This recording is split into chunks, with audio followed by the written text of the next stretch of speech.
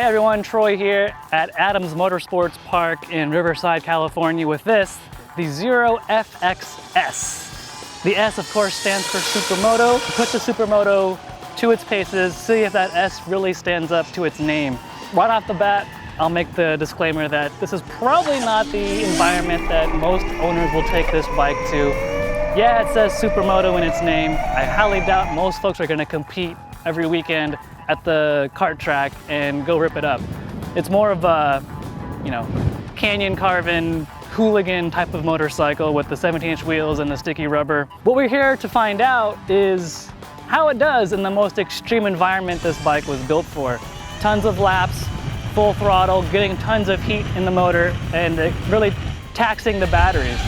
And with the FXS, it has the new IPM, internal permanent magnet motor, which is claimed to shed a lot of heat, produce less heat, and have less of a detrimental effect when it does get too high in the thermal capacity. And so what I wanted to do today was to put it to the test and see how it really works in a real life extreme situation. And I can say that the IPM motor works great.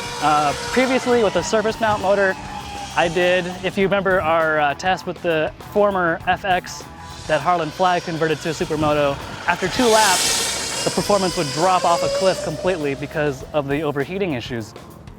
With this new FXS and the IPM motor, it's night and day difference. Yes, you can still get this thing hot and the performance drops down a bit, but that level of degradation is worlds different from the previous surface mount motor. You still get a pretty high level of performance even when this motor starts degrading in its performance to try and preserve itself heat-wise. We were ripping laps here for about 15-20 minute sessions, and by the end of it, there was still a pretty decent amount of performance left in it. Suspension-wise, it was really good actually for a street-biased motorcycle.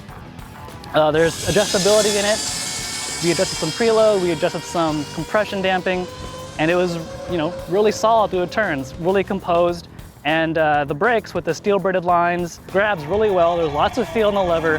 It's really impressive. So if I did have some complaints about the FXS, one, its rear brake is really this on-off switch. There's no feel in it.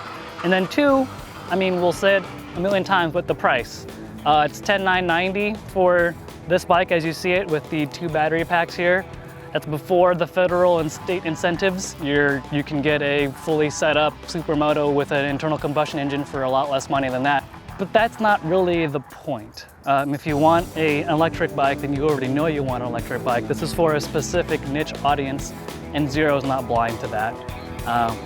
It does perform well for its intended purpose of just slipping and sliding through really tight canyons and tight, twisty go-kart tracks like this.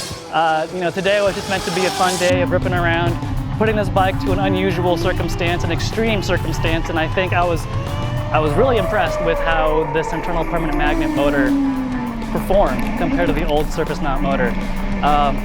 Suspension soaks up the bumps really well with good feedback. The brakes, at least in the front, give good power, good feel. It's a good electric Supermoto. That's about the easiest way I can put it. So I'll have my full thoughts in my written review at Motorcycle.com, which you can click there and read all about it. So until next time, adios.